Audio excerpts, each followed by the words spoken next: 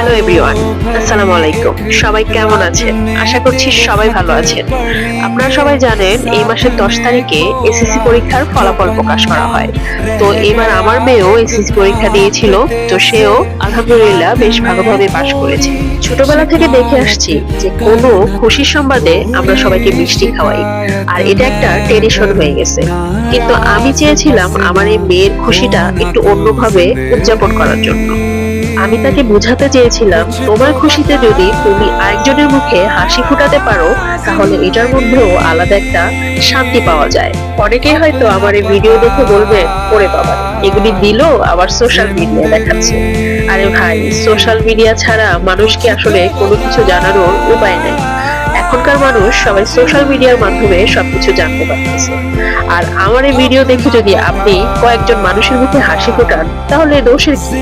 তো যাক, অনেক কথা বলে ফেলছি। আর আমার এই কাজে আমার মেয়ের সাথে তার কিছু বন্ধু হেল্প করছিল। ওরা বেশ আনন্দের সাথে এই কাজটা করছে, আমার কাছে এই জন্য খুব ভালো লাগছে। তার জন্য আমি সামিকে, তাহাকে এবং জাহিফকে অনেক অনেক ধন্যবাদ জানাই। তার সাথে তান্ডুরকে অনেক ধন্যবাদ জানাই।